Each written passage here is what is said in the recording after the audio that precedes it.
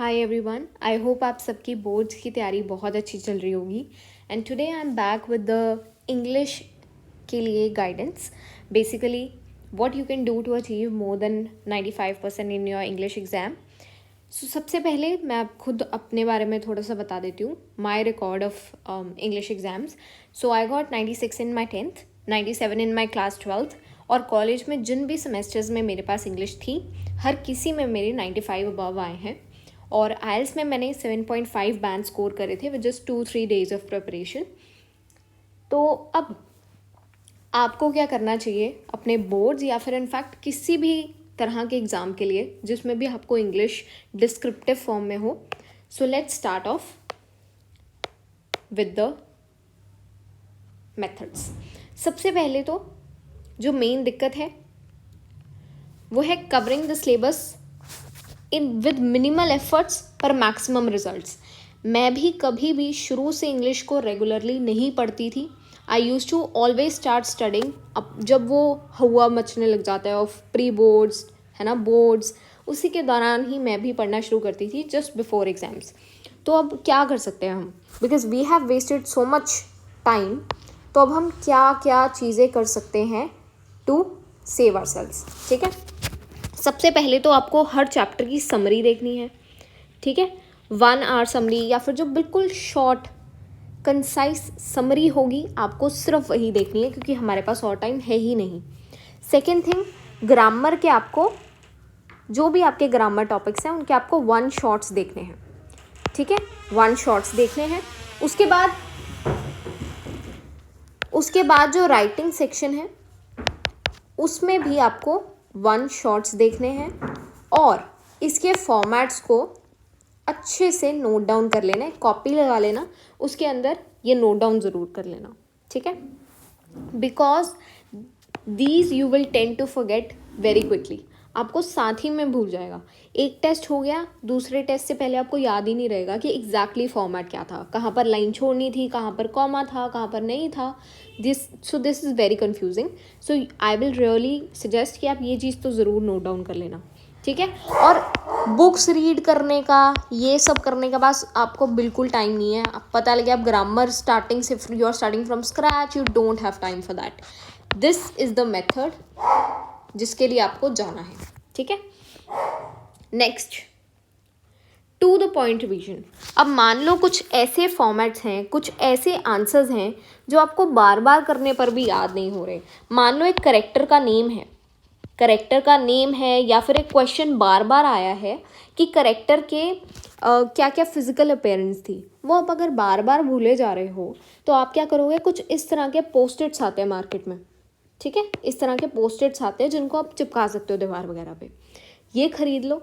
If you don't want to spend money तो जो lines वाला हमारा रजिस्टर्स या कॉपीज़ होती हैं उनको टेप से दीवार पे चिपका दो, ये सब लिख के, ठीक है।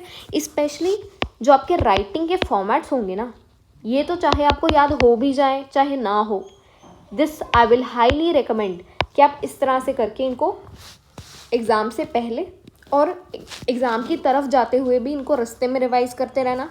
रास्ते में रिवाइज़ करने के बाद एग्ज़ाम हॉल के अंदर जाने से पहले भी एक बार रिवाइज़ कर लेना, ठीक है, ताकि यहाँ पर गलती होने का बिल्कुल भी चांस ना हो, because this is very scoring. यहाँ पर गलती हुई तो सीधा बहुत सारे मार्क्स आप लूज़ कर सकते हो, ठीक है। तो यहाँ पर बिल्कुल भी रिस्क नहीं लेना है हम, ठीक है। उसके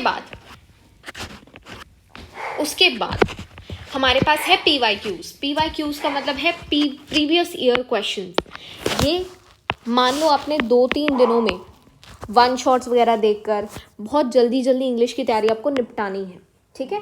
इसके अंदर गैप बिल्कुल मत रखना, इंग्लिश को जल्दी 2-3 दिनों में फिनिश ऑफ कर देना, ठीक है। और उसके बाद आपको PYQs लगाने हैं, आपको मिनिमम 7 से 8 PYQs तो ज़रूर लगाने हैं, because this will help you in the time management, ठीक है। टाइम मैनेजमेंट आप बहुत अच्छी कर लोगे, आपको एक एग्ज़ाम टाइम का एक्सपीरियंस हो जाएगा, ठीक है। आपको एग्ज़ाम का एक्सपीरियंस हो जाएगा, आपको प्रेजेंटेशन कैसे करनी है एकदम एग्ज़ाम की तरह आप ये देना, ठीक है। अपने साथ में एक फ़ोन पे या फिर कैसे भी टाइमर लगा लेना, और ये नहीं कि आप 4-4 घंटे 5-5 घंटे की क्वेश्चन पेपर करे जा रहे हो, नहीं। जितना भी आपका एग्ज़ाम का टाइम स्लॉट होगा ना, उससे आपका 30 मिनट पहले तो पेपर होना ही चाहिए, और अगर नहीं हो पाया, लेंदी है, तो एटलीस्ट 15 मिनट पहले तो होना ही चाहिए।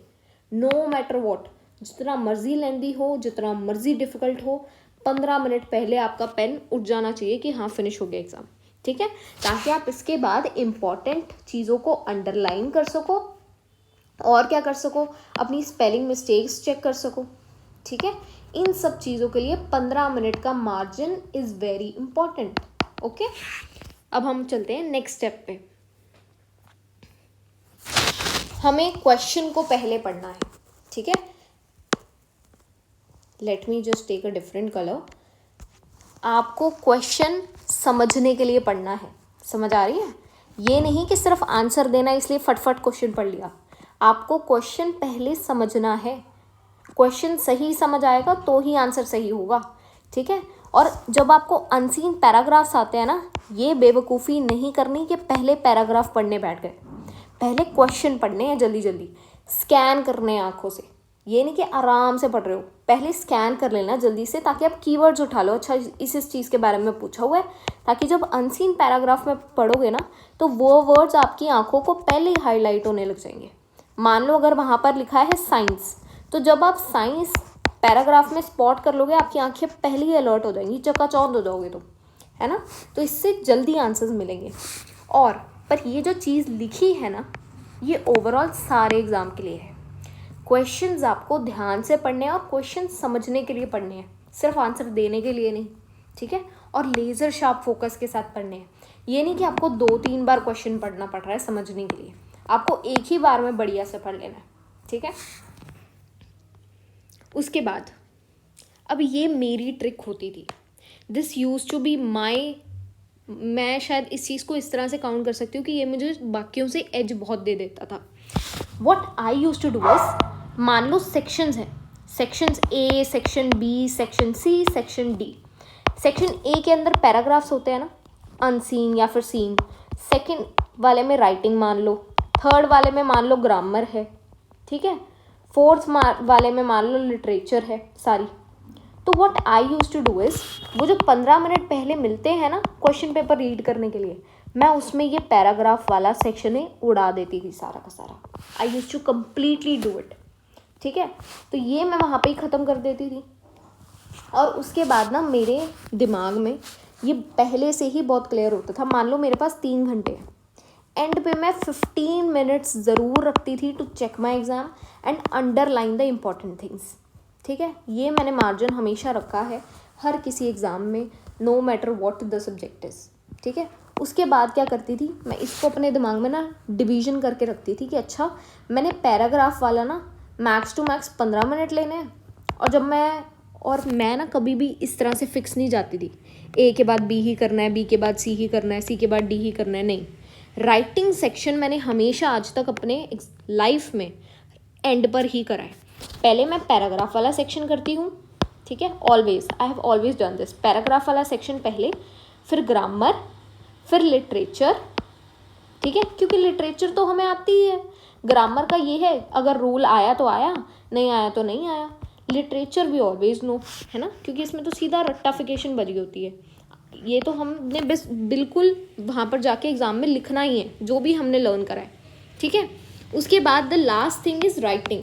राइटिंग में हमें सोचना पड़ता है, आइडियाज़ क्रिएट करने पड़ते हैं, है ना। तो I use to take my thoroughly, अपना आराम से लिखती थी मैं यहाँ पर। और उसके बाद I use to always have this 15 minutes for myself to underline the important things, ठीक है।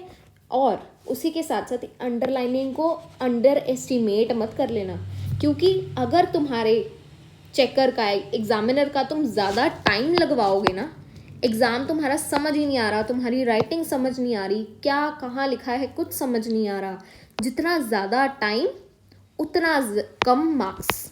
इस चीज़ को ध्यान से समझना अपनी ज़िंदगी में, ठीक है। You have to make sure कि उनको पेपर इतना स्मूथ लगे कि उनका हाथ ही ना रुके, सीधा टिक पे टिक की बचते रहे। You have to make it easy for them, not difficult, ठीक है। आई होप आपको ये चीज़ें समझ आ गई हूँ। I hope you will do your best in the exam and don't be scared. ये सिर्फ एक एग्ज़ाम है, और ऑल द बेस्ट।